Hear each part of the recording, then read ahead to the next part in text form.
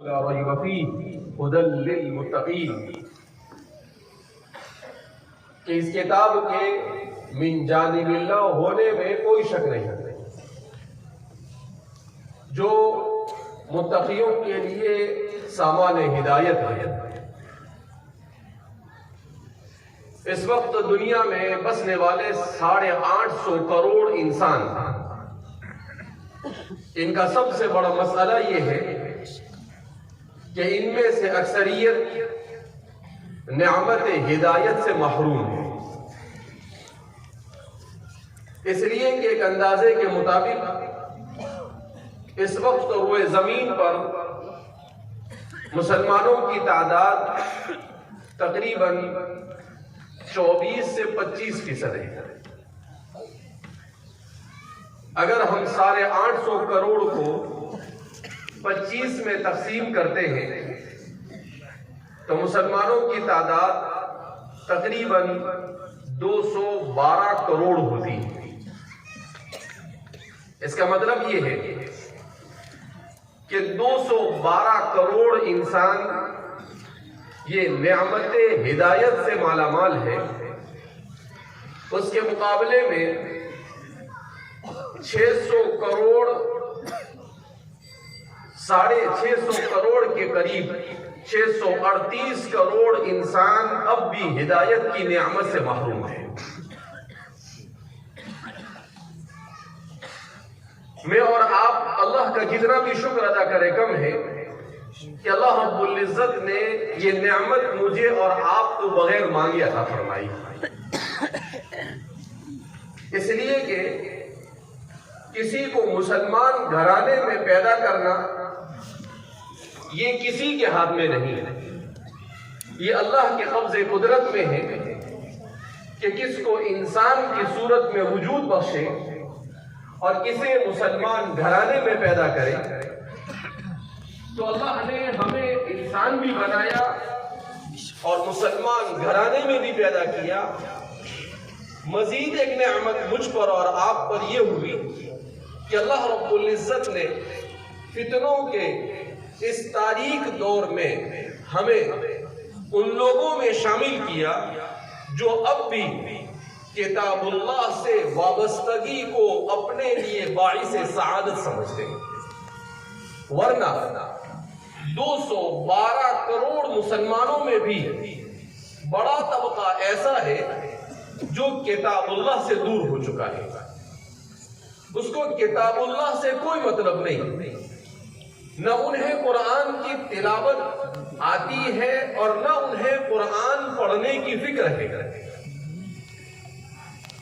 بہت کم تعداد ایسی ہے جو صحیح ڈھنگ سے قرآن کریم کو تجوید کے ساتھ وَرَتِّلِ الْقُرْآنَ تَرْتِيلًا أي وَجَوِّدْهُ تَجْوِيدًا اس اصول کے مطابق قرآن کی تلاوت کرتے ہیں، اور پھر ان تلاوت کرنے والوں میں بھی بہت کم ایسے ہیں، مشکل سے 5-10% جو قرآن کریم کو سمجھ سکتے ہیں، اور پھر ان پر عمل کرنے والوں کی تعداد اور بھی کم ہو جاتی ہے۔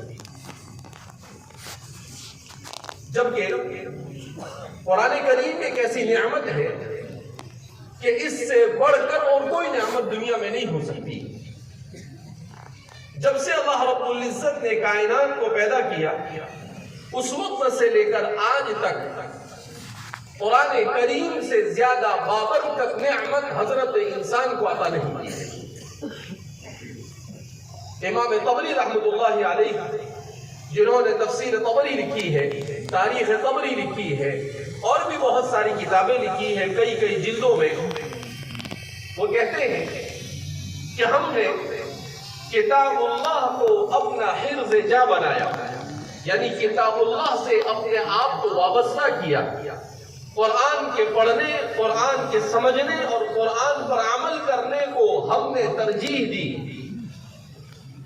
اس کی برکت سے اللہ رب العزت نے ہمیں دنیا میں ہدایت سے نوازا، اور اللہ کی ذات سے امید ہے کہ وہ آخرت میں ہمیں سعادت سے نوازے گا انشاءاللہ۔ تو اللہ رب العزت نے امام طبری سے تفسیر طبری جیسی کتاب لکھوائی جو تفسیر القرآن بالسنہ کی سب سے بنیادی اور اہم کتاب مانی جاتی ہے، کہ اس کے بعد 1200 سال میں جتنی بھی تفسیر لکھی گئی کوئی بھی تفسیر طبری سے مستغنی نہیں ہے۔ ہر ایک کو تفسیر طبری سے استفادہ کرنا پڑتا ہے۔ اللہ نے امام طبری سے اتنا بڑا کام اور ان کی کتاب کو اتنی مقبولیت کب عطا فرمائی؟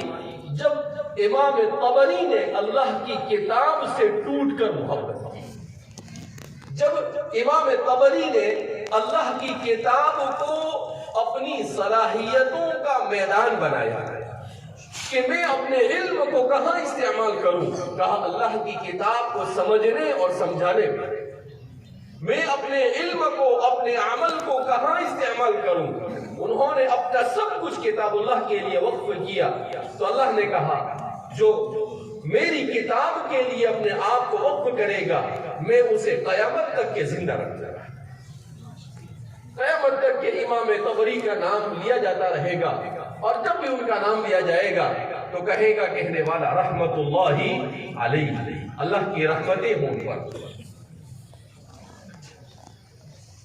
مگر 21ویں صدی عیسوی اور 15ویں صدی ہجری کا مسلمان اس اہمیت کو سمجھ نہیں سکا۔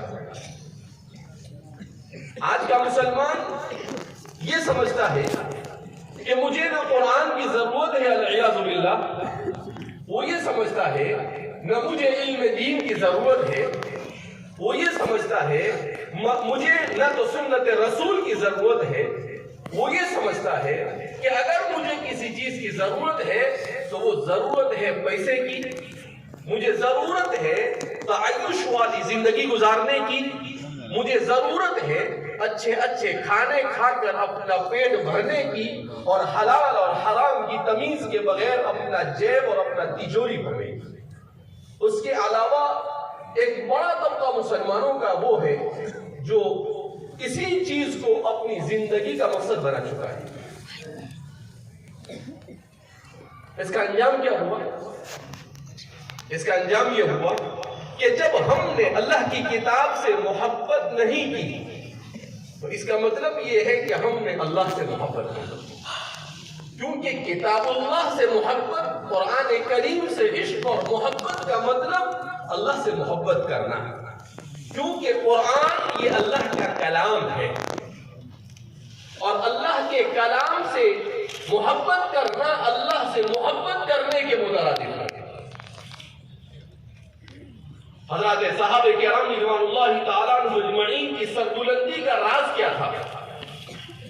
ایک راز تو یہ تھا کہ انہوں نے رسول اللہ صلی اللہ علیہ وسلم کی صحبت بابرکت حاصل کی، اور دوسرا راز یہ تھا کہ انہوں نے کتاب اللہ کو اپنی زندگی کا محور بنایا۔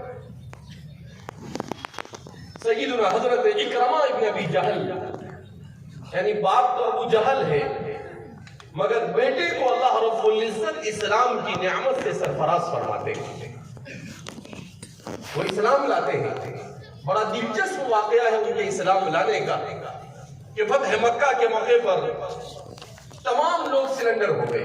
مکہ والوں نے کہا کہ مسلمانوں کے 10,000 کے لشکر کا مقابلہ کرنا یہ ہمارے بس میں نہیں، لیکن اکرمہ اپنے 5-6 ساتھیوں کو لے کر ایک جگہ پر گھاٹ میں بیٹھ گئے، اور صحابہ کی جماعت داخل ہوئی، ان پر حملہ کیا، مگر حضرات صحابہ نے اپنا زوردار دفاع کیا، تو کچھ دیر لڑنے کے بعد انہوں نے راہ فرار اختیار کیا، وہ چلے گئے۔ رسول اللہ صلی اللہ علیہ وسلم نے مکہ مکرمہ میں آنے کے بعد جن لوگوں نے 13 سال تک رسول اللہ صلی اللہ علیہ وسلم کو ستایا تھا، یہاں تک کہ آپ کو قتل کرنے کا منصوبہ بنایا تھا، اللہ نے آپ کو بچایا۔ وَمَا رَمَيْتَ إِذْ رَمَيْتَ وَلَكِنَّ اللَّهَ رَمَى، جس کی تفصیلات سیرت میں مذکور ہے۔ پھر اس کے باوجود آپ صلی اللہ علیہ وسلم نے ان لوگوں کو معاف کر دیا اور کہا انتم الطلقاء، جاؤ تم سب کو معاف کر دیا۔ آپ چاہتے تو ان میں سے ہر ایک سے بدلہ لے سکتے تھے، ابھی کچھ دنوں پہلے میں ایک انٹرویو سن رہا تھا، یورپ کے پارلیمنٹ کے ایک ممبر، انہوں نے اسلام کے خلاف کتاب لکھنے کا ارادہ کیا.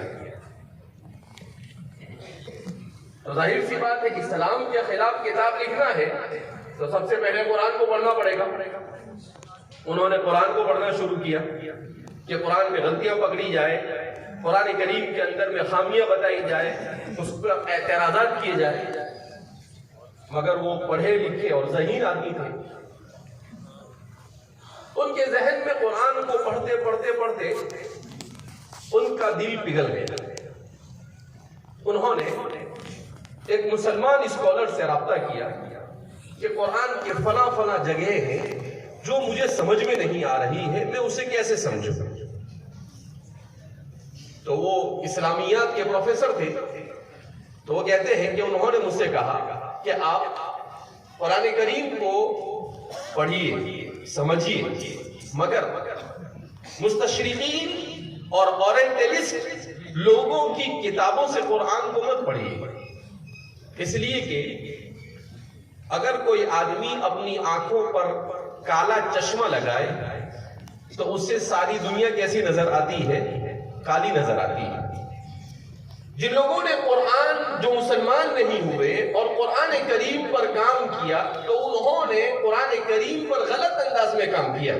اگر آپ ان کی چیزیں پڑھو گے تو آپ کو بات سمجھ میں نہیں آئے گی، آپ غلط فہمی کا، مس انڈرسٹینڈنگ کا شکار ہوں گے.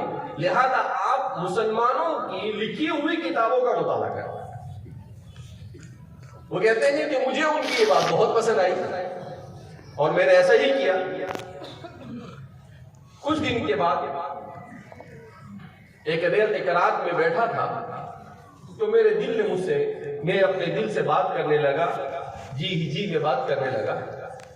تو میرا دل مجھے کہنے لگا کہ مان نہ مان، یہ سچی کتاب ہے، اس کتاب کے سچے ہونے میں کوئی شک نہیں ہے.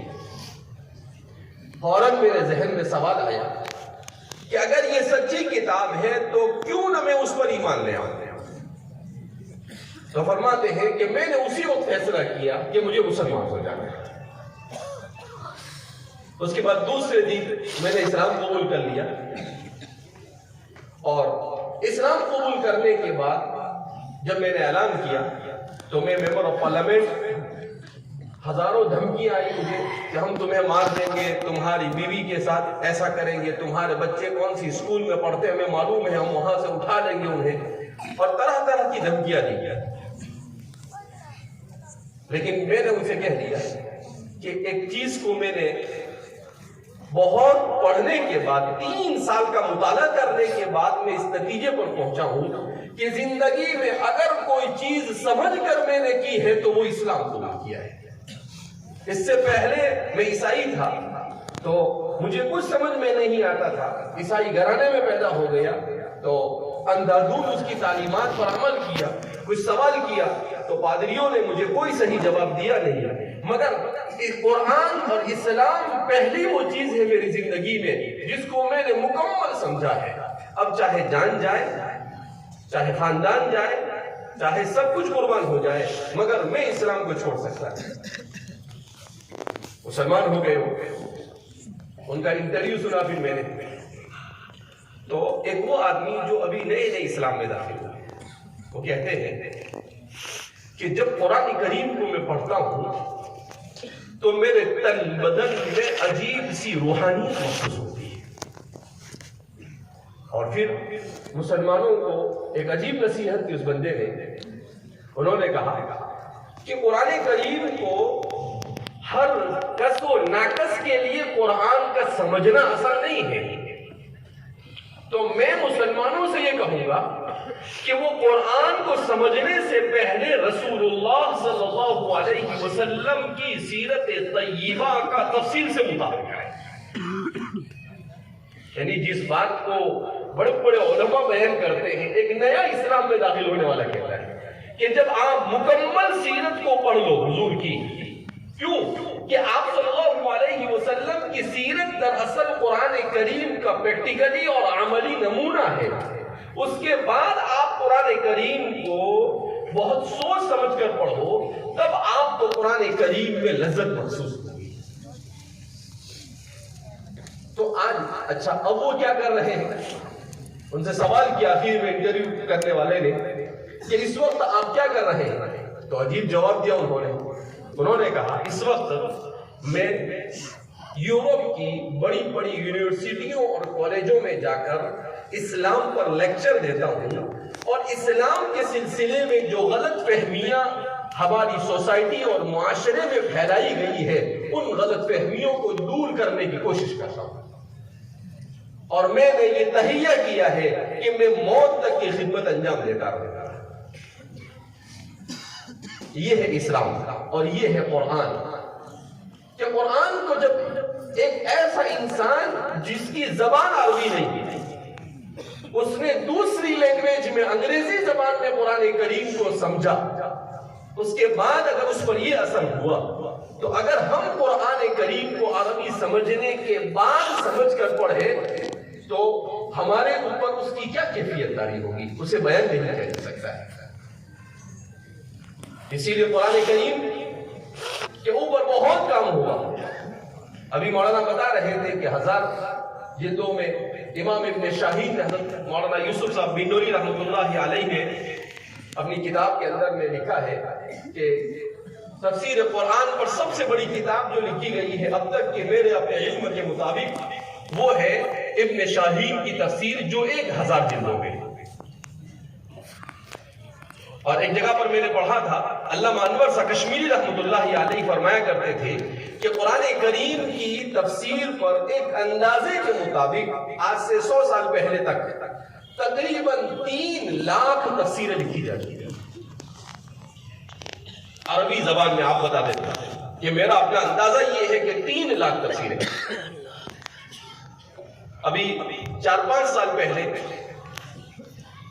میں نے کہیں پر پڑھا کہ کسی صاحب نے قرآن کی تفسیر لکھی الحاوی فی تفسیر القرآن الکریم، تو میں نے اس کو تلاش کیا تو انٹرنیٹ پر پایا تو 840 جلد میں قرآن کریم کی تفسیر لکھنے والے الدکتور عبد الرحمن القماش الازہری ابھی اس وقت حیات اور زندہ ہے۔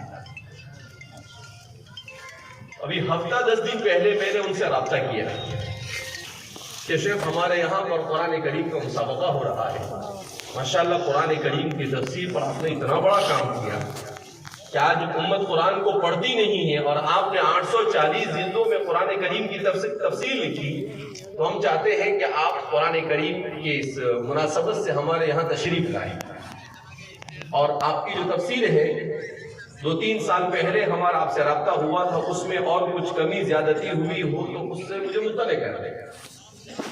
تو انہوں نے کہا کہ میں ضرور آپ